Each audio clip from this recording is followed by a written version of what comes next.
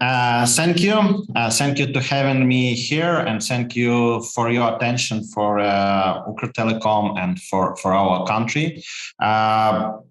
Today, I will speak about our case study, about how we face our cyber threats and how we manage and deal with it.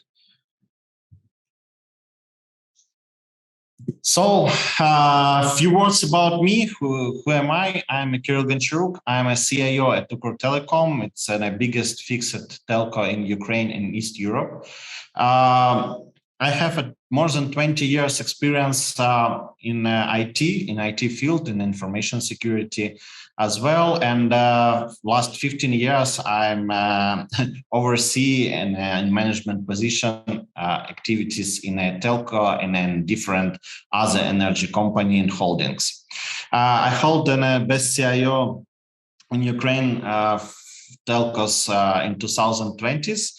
And beside of my IT and telco background, I have other volunteering experience, and I'm as board member, I'm oversee in a digital transformation in a medtech in a early diagnosis for the Diabetic Federation in Ukraine.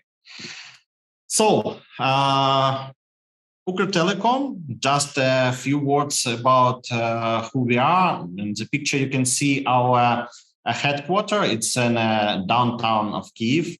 It's our capital of Ukraine, and the main focus and mission of our company is to bridge the country's digital divide and to be sure and provide ability for each of our citizen of each Ukrainian people to have an access to the internet, to the basic need of 21st century.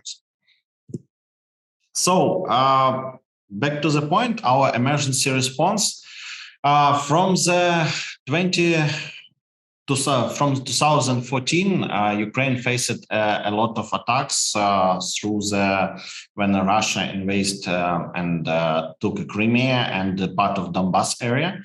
And for now, from the active phase, from the February of this year, we are acting and maintain our network in the convenient and the conduction of war. So we are proud that for now we are managing more than 87% of our network. So we are focused and we are prove that our connectivity and services are working on the most part of our country. And that's why for the last 4 months, we are restored connection for the more than 1 million people in whole country, in the more than 100,000 of different settlements and towns.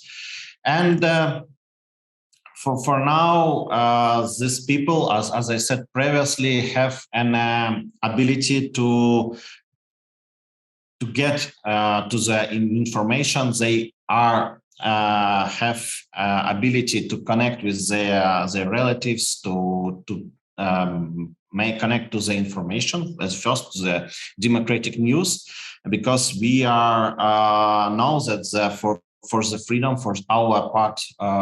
On our current situations, access to the information, to the news, to the internet is a basement of freedom and of understanding what our people are doing. So, as I said, we are faced a lot of attacks from the 2014, but for the last 4 months, our Security Operations Center registered that we faced more than 10 attacks per week. And the 2 major attacks was on the last few months, and I will talk about one of them more specific today. And the next was in the huge DDoS attack, which we show in the news and in social media. So we was under attack in 36 hours in a row, and our emergency response team responded all this time, and all services for our customers was provided properly, and we don't face any influence on our customers. It was months ago. But back to our main case. As from the 2020, when in the middle of March lockdown was implemented, it was a joke for people who born in March. That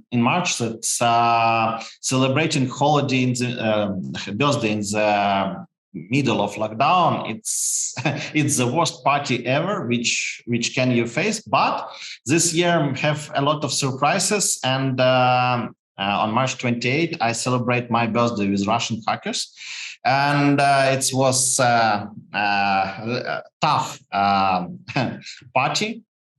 But in the end of the day, we are going through it. So on March 28th, we faced sophisticated hard attack, which start from the occupied territory, temporary occupied territory, when the hackers tried to use compromised accounts of our employees. And to implement this for the discovery phase, to understand what is the landscape of our IT systems, which version of IT systems we use, and so on.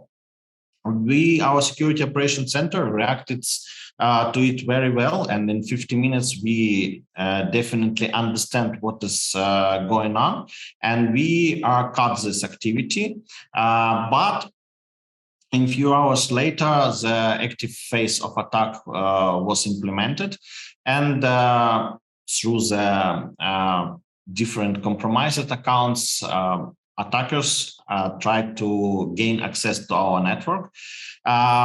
They used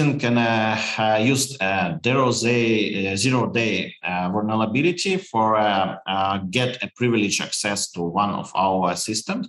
It was a new vulnerability for vendors whose software was affected, and after that, after our attack, a lot other part of world are seeing a new security patch, and we was responsible on it. So the main focus for us was to be sure that services for our special customers, military forces, and so on, are provided uninterruptedly, uninterrupted and continuously. And it was a hard decision in one moment, but when we realized that part of our systems was compromised, I took a decision to isolate IT infrastructure from our network, and it's this decision, it led to cut services for our business and private customers. We are really sorry about this decision. It was a very hard, but for us was the main priority.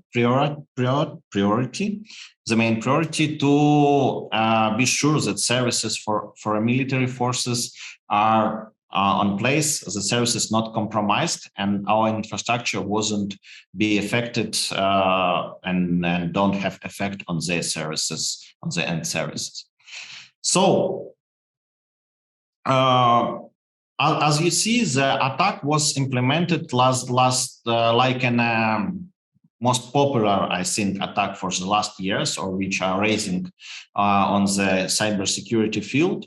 It's a supply chain attack when hackers try not to attack directly their targeting companies or objects, but they attack the suppliers to disrupt services of our customers or the end services, or if they will be happy and lucky and they can compromise our infrastructure as a telco and get access to the infrastructure of our customers. That's why it's a different model for the different type of customers. For example, for B2C, as I said previously, it's more about restriction access to the information, restricted access to the democratic news. And for example, on occupied territories, they can use it for the propaganda, for the provide not clear information to the mass market, to our citizens. For the B2B, it's a little bit different, because for them, as we all know, for now, all B2B services based on the information, based on the connectivity, so disrupting the network. And if they will be lucky to disrupt more or less two biggest operator, it will cut all business activity or most part of business activity in the country. The same is for B2O. Or other operators, because as we have the biggest network, fiber network in Ukraine, a lot of small operators. Ukraine is a little bit different in this point from the rest of Europe, because in Ukraine we have more or less 4,000 operators, internet service provider, who are operating in Ukraine, and most part of them is not very big, and they are using our network to provide their services to end customers for the last mile or for the broadband. And the last, but maybe the main valuable for us now, it's government and military forces, other special forces, which are on the battlefield. They are struggling and they are using data connectivity to the satellites, gathering data from the different source to be successful on their mission. And that's why for them now connectivity become a crucial point to be successful on the battlefield.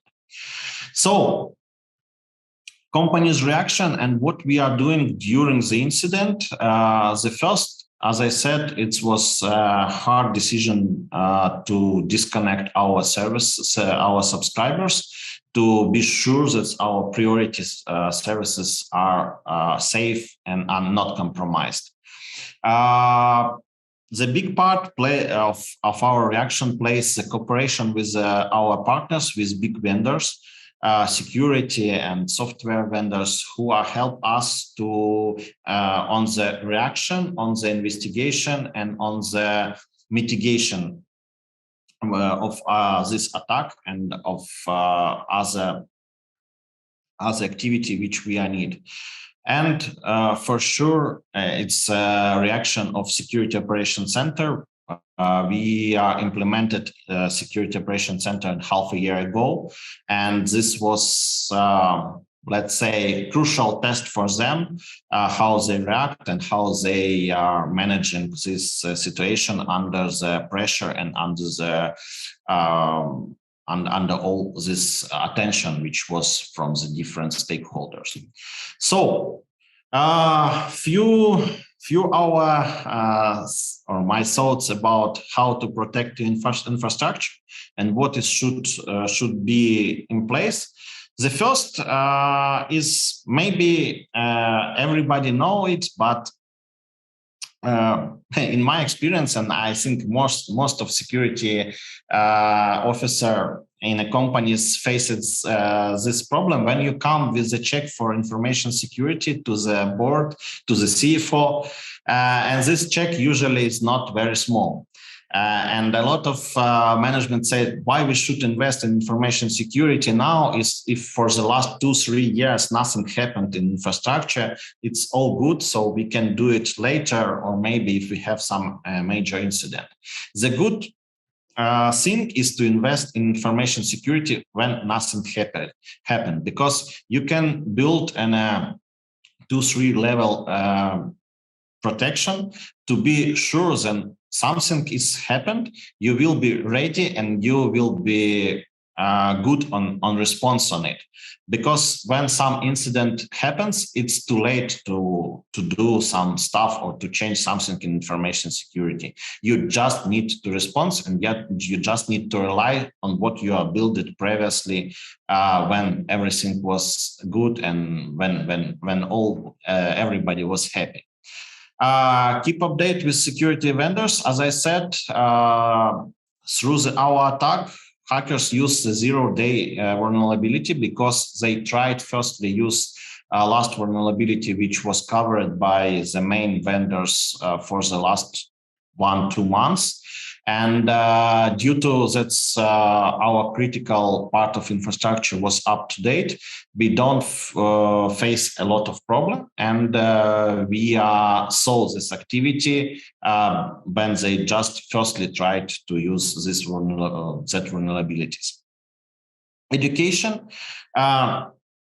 In general, education is a road to the future, and the same is for the personnel, for your employees, to educate them on the cybersecurity, on other cybersecurity hygiene, and do it continuously, do it each quarter, maybe months. It's depend on what you want to achieve, but not only one training. If you implement one training in the near future, all your employees will forget about it, and on the next spoofing or next malware attack, they will be the good target for it. So education should be continuous and on place always.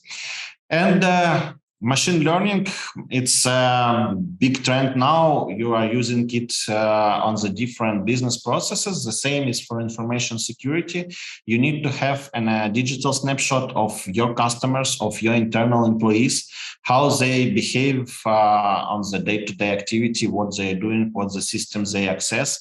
And when their behaviors are changed, you should to react on this in the moment, and to understand if this normal change of user behaviors or it's hackers who try mimic as your users in your network or infrastructure.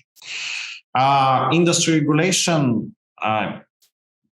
As I know, in Europe and in the different stage, like in energy, you have some regulation which help to manage and to increase a global knowledge and experience of all industry, of telecom industry. In Ukraine, we don't have it yet, but it's a huge instrument to increase knowledge of whole industry based on incident on the different telcos, and to share for sure anonymized information about incident and about good practice, best practice to implement it in all industry and to increase the resistance and resilience of all network and all industry in general.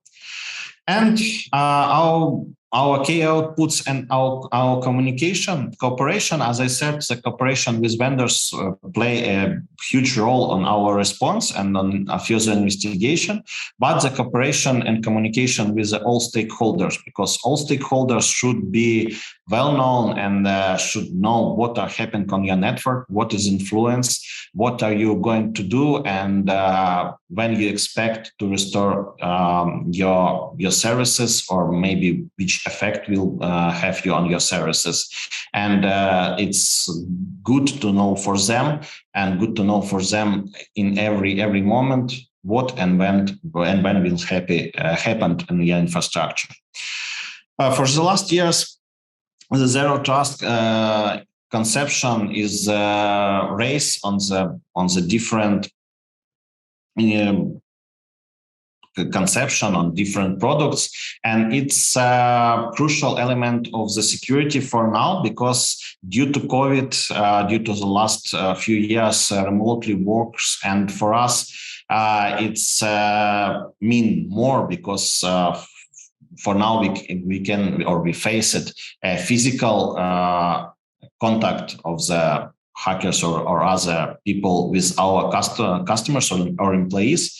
So in each moment, you should be sure that on the other side of VPN connectivity or remote workplace, it's your customer, and this customer working, or your employee, and this employee are working properly without any influence, physical or other malicious from the software. And For sure, corporate resources should be isolated from users. You should to give to your users, your internal users, only the rights and access which they need for their day-to-day work. That will help you to react very fast when you see the different activities of users and they try to access resources which they don't need to access. And my insight from this case study, it's team is the core asset, and when you invest in your team and you're sure that under the pressure and under the huge attention from the different medias, society, government, customers, stakeholders, they continue work on a high level, and they do their job if you need it on the 24 or 68 hours in a row to be sure that the network and infrastructure is protected. It's a huge asset, and you should pay attention to it. Monitoring of the client activities, we have an interesting experience to make a penetration test for our end customers. Mostly it was in B2C customers, but business customers as well. And we find that 99% of mass market customers and business customers are not paying attention to the update software on the Internet of Things devices like cameras, IPTV boxes, TVs, and so on, so on, so on. And this leads to compromise their network, their devices, and hackers try to use these devices to compromise your network or infrastructure of your other customers. So to monitor what is going on the customer side will help you to react on the any others intrusion or attacks from their side. And as I said, stakeholders should be informated because they are very, very interested and they rely on you. So information for your partners will be a key point in communication.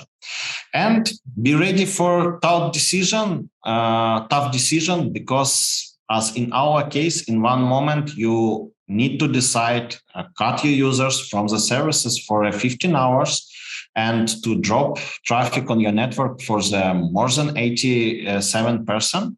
But to be sure that after this period, you will restore all services in a good level and nothing are compromised or sensitive data not compromised or stolen from your network.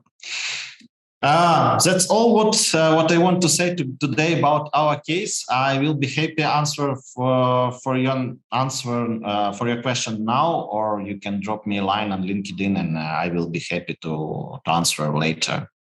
Thank you. I've just got thank you. That was fascinating. I've just got one question really, and that is when you say impact assessment. I mean, that sounds like something that's it's obviously going to have a profound effect on your action. And you also need to be really quick, I guess. You can't think for a week before you make a decision. And I just wondered if you could talk a little bit more about how you handle that. You mean how we handle an impact assessment or to make how you kind of come to a decision, a process to come to a decision quickly, because also there must be a huge amount of information to take into account and a very rapidly changing scenario potentially. Yeah, for sure. That's what I mean when say that team is a core asset, because you need to cooperate with a lot of with your team, which are on the response on the incident, and to gain information and update from them to understand what they are finding in online. What they find, what they see, what is a part of network compromised, and for sure, when you understand this information online, you are make some for sure prediction and forecast based on maybe previous experience or other experience. And based on that, you make a decision if, for example, if you expect that the situation goes worse, and it can affect more on your critical customers, you should to make decision. And sure, during our process, when we make such decision, it's have such level of approval, but it's a quick approval because you need to take this decision in a minutes, because in let's say half an hour, the situation will be different. So has this particular episode, which clearly is only one of many, did it make you rethink any of the way you handle things going forward? I mean, every time you have an attack, do you rethink elements of how you deal with such an attack next time? Yeah, sure. As I said, from 2014, we faced a lot of attacks, and for now we are, let's say, in the middle of the cyber war. It's a first cyber war in our history, and for sure we are gaining insight from each attack, from each our communication with the hackers and or interaction with the hackers, and we are improve our decision-making process, our emergency response, our team which responds, our management team, how management are doing with this in the public field, and with special services communication with the stakeholders and so on. So from each attack we gain some changes on our processes and on our internal and external communication and cooperation. And I know you don't maybe want to give too much away, but I'm also thinking that prevention is always better than fix. So better not to have to deal with a problem, right? So does all of this also contribute to your defenses and how you think about it and what you put in place? Sure. As I said a few slides ago, that investment in innovation and cybersecurity should be on place when everything is okay, when you are happy and everything works okay. Because when you are in trouble, it's too late to do this, and you spend a lot of time to build it on the fly, and you will make a lot of mistake when you're doing it in a hurry. So for sure, that's a problem, and this is a huge core problem for information security, because you should invest a lot upfront, and if nothing happened, you don't see an effect from this. And it's very valuable to show to the management team, to the board members, the effect of this investment, which was in place for the 1-2 years ago, and how they help you to respond on the such response or prevent such emergency situation on your network. So this is the very, very valuable for each information or security officer to show this, how today's situation affected by investment made a few years ago. I guess it's one of the few areas really where you never want to be able to prove the return on investment. Yes. Yeah, it's a problem. I told you, yeah. Because it's always an estimation, or what we can lose, or what we are able to lose if we don't do this 2 years ago. Thank you so much, and good luck. Yeah, thank you. Thank you for having me here, and it was a pleasure. Thank you. Thank you very much indeed.